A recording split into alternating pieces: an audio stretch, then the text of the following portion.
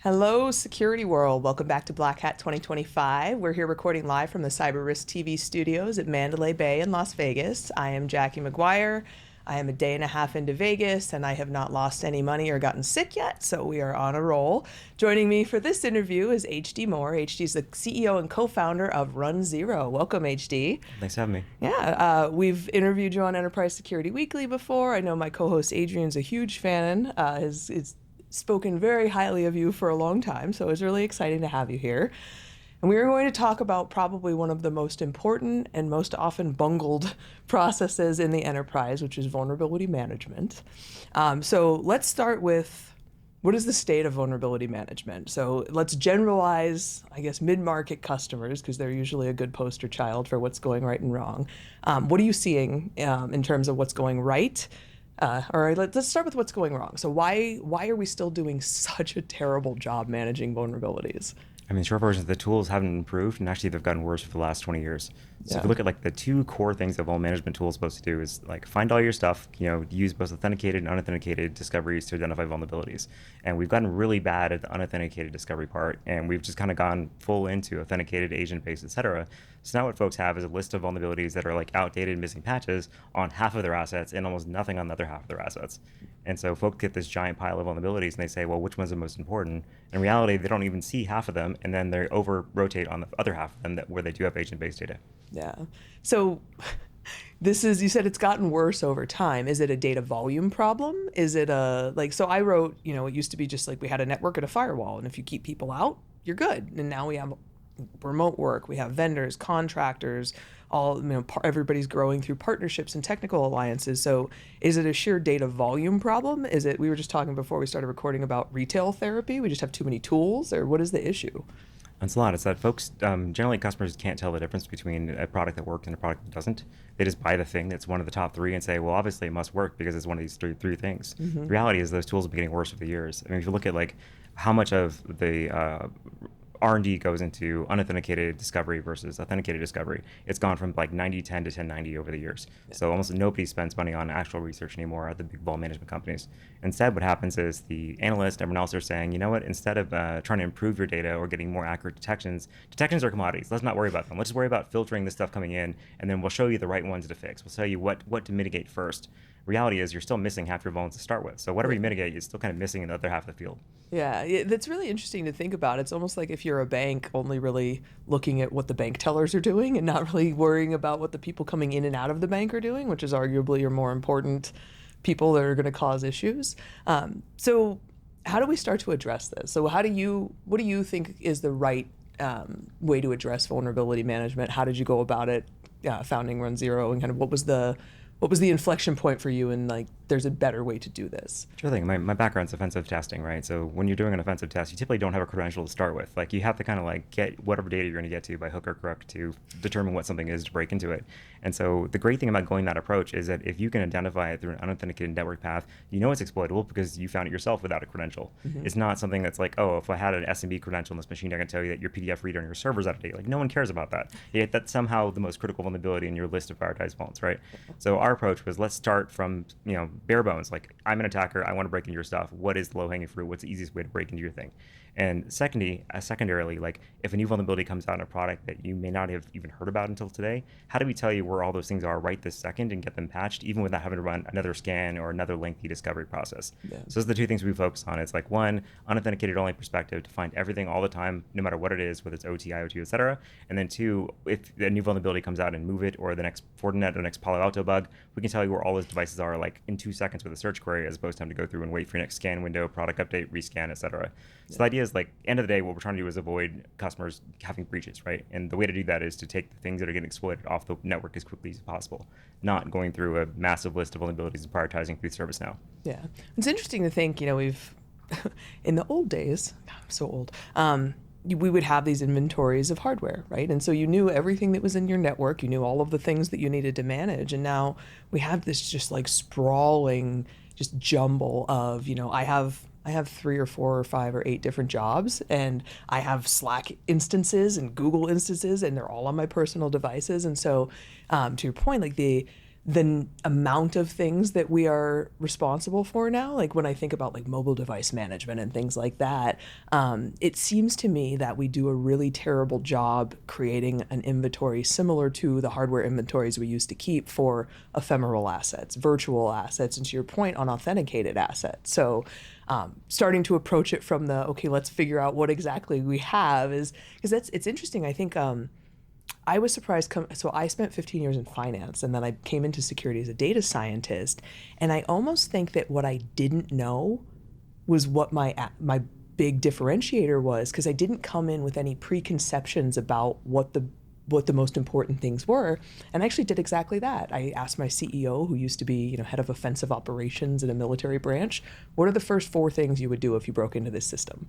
Let's look at those things, and let's start there if you're a hacker. So as you're doing this, I think we would be remiss if we didn't talk about the impact of things like AI agents. So what we're seeing, or what I'm hearing, is that this is causing even more of these unauthenticated vulnerabilities and more shadow IT. So how do you at runZero, how do we start to address that? How do we start to figure out how to get our arms around these things that are springing up faster than we can possibly track them? Yeah, we're starting to see a surge of new companies, like runZero included, that are really focused on finding the things that are exposed and exploitable, not everything else. We're not here to help you pass your CMMC compliance. We're not here to help do this. I mean, we can help with that, but our goal is to help you not get owned, and that's a very clear-cut mission, right? So the idea there is it doesn't matter whether you have great inventory here or great inventory there. What matters is what's reasonable to an attacker. Mm-hmm. And so going through, a lot of folks will look at their CMDB or look at their vol management as their inventory. But again, if that's the only lens you look through, well, you don't see everything else. Yeah. You don't see your HVAC, you don't see your building access control, you don't see your offsite devices. So it's just one of those challenges where you really need kind of a little bit of everything. You need the unauthenticated full-on network exposure, but then you also need the integrations to tell you about all the other things that you can't measure directly through the network. But yeah, it's definitely more of a visibility management. End of the day, especially if you're mid-market, you can't afford to buy 30 tools. You can maybe afford to buy a couple.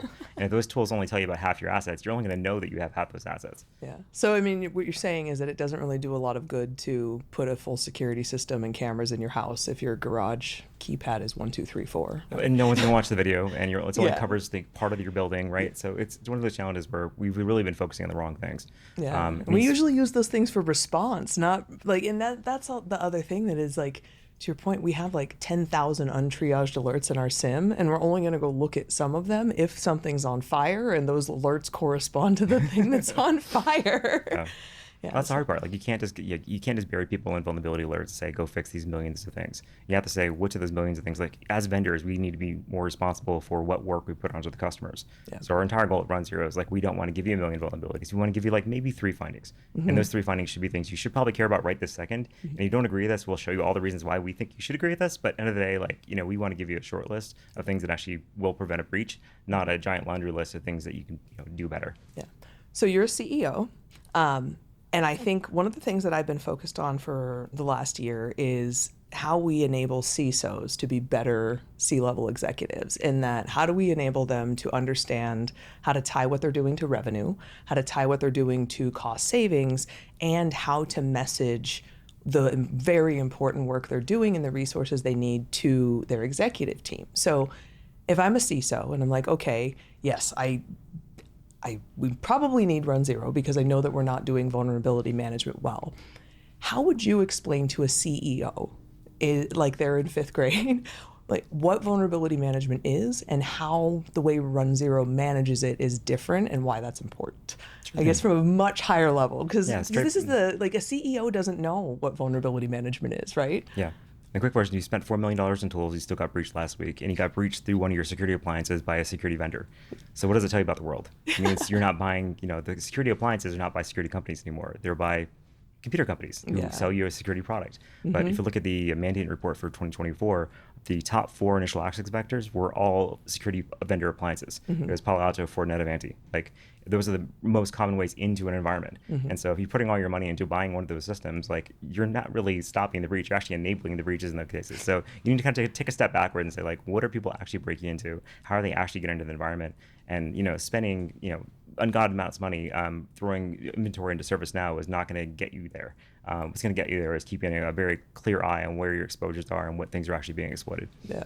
So I guess the higher level message is we can only manage so much in a day and we can never really do everything. So this is going to help us figure out what the most important things to do are, because we know that technology is advancing faster than our security teams can keep up, and unfortunately we just can't double our security team, so we need to start prioritizing the most important risks, right?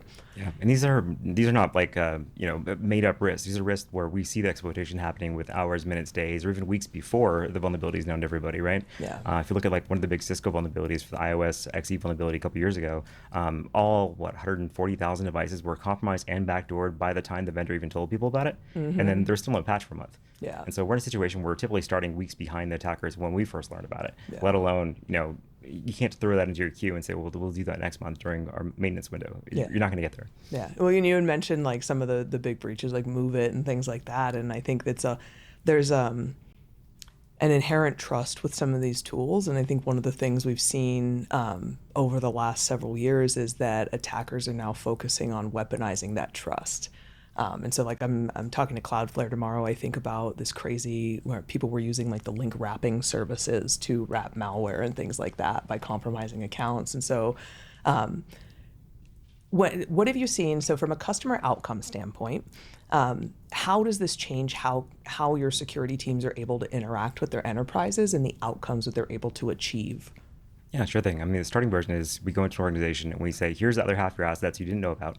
And the IT team didn't know about it, the networking team didn't know about it, building control, no one had any idea these things were there in the first place. They go, crap, well, this kind of upends our entire program. Like, we don't have any resources on these things. We don't have anyone managing these things. What do we even do? And what types of assets are those usually? What are the most common unmanaged ones you find? It's typically everything it's either a vendor provided appliance, whether physical or virtual. Because the second you get a virtual appliance from a vendor, it just starts rotting away. Like the OS starts going out of date, the dependencies start getting out of date. Unless you're updating your virtual appliances daily, which no one does, and the vendors don't even push updates for them that quickly. They're just slowly getting more vulnerable every day, like any other appliance out there, right? Except for you don't have access to it. You can't control it. You can't log into it. You don't have visibility into it. So all the systems out there between the IoT, the hardware devices, the network appliances, your PAN routers, all that stuff, that's all stuff you have very little insight into the appliance. A really interesting example of that is SonicWall. So SonicWall appliances are very popular, yet there is no authenticated scanner plugin for any legacy vuln scanner for SonicWall. There's literally nothing you can do to determine whether a patch is installed in SonicWall besides looking for the actual exploitable vulnerability, and most vendors don't do that. Yeah. And so unless you're using one of 2 of I think 7 products right now, only detect SonicWall vulnerabilities and the rest don't. And so if you're not using one of those products that happens to be doing a check for that specific vulnerability, like you're not going to know your SonicWall is remotely exploitable. Yeah. It's just kind of a really strange world now where we have the haves and have-nots of visibility. Yeah. I think that's one of the things that's crazy to me is that a lot of times companies end up getting breached through they get data exfiltrated they didn't even know they were sitting on because they don't have visibility. There's no observability. And I think I always talk about how we went through this kind of venture capital and private equity fueled proprietary data boom where they didn't want to invest in anybody that didn't have defensible IP. And defensible IP means you're just going to write a new data schema so that you can patent it, right? And so we ended up with this crazy just mosaic of crappy security tools with data formats that don't talk to each other. And I've seen that as millennials are coming into, so by the end of the decade, millennials will actually have more money to spend than anybody else in the enterprise. And they don't do that. They want collaboration. They won't deal with proprietary data formats. So I like to think that things are going to get better. What do you have going on at BlackHat? How can people find you? What are you looking forward to? Sure, tons. It's been fun. So I was on a panel earlier yesterday talking about startup funding and how you bootstrap. As we bootstrap for the first few years, then raise money. So we got to see kind of both sides of the coin a little bit.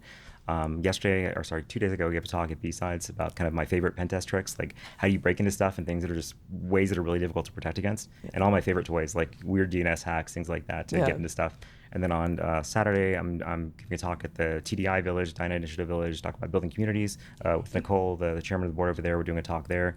And then another session on SSH vulnerabilities from some of our recent research. That'll be on the afternoon of DEF CON on Saturday. Awesome. So a lot of work, a lot of fun. I have about 130,000 shells sitting in a giant text file at home. I need to go figure out which of those go to which vulnerabilities. And just managing all the 0 days is the hard part of this job. Yeah.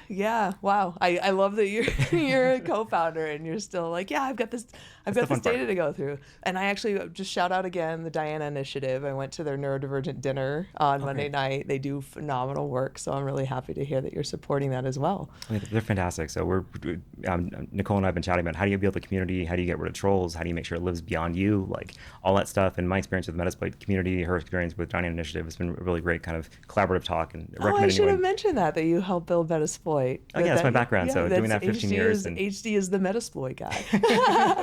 So it's nice not doing that now, but it's also a lot of experience building communities around that, and a lot of the parallels between open source communities also apply to things like the Diana Initiative, like big community organizations where you really want to have a mission-based outcome. Yeah, that's one of the things I love about security. Well, HD, thank you so much for joining us. I'm sure we'll have you on again. Again, we're big fans of runZero. Appreciate it.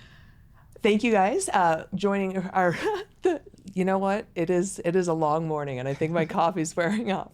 To find out more about runZero, please visit us at securityweekly/runZeroBH. And for the rest of our coverage from BlackHat, both live and streaming, you can from the CyberRisk TV studios, you can visit us at securityweekly.com/BlackHat. Thanks again, HD, for joining us.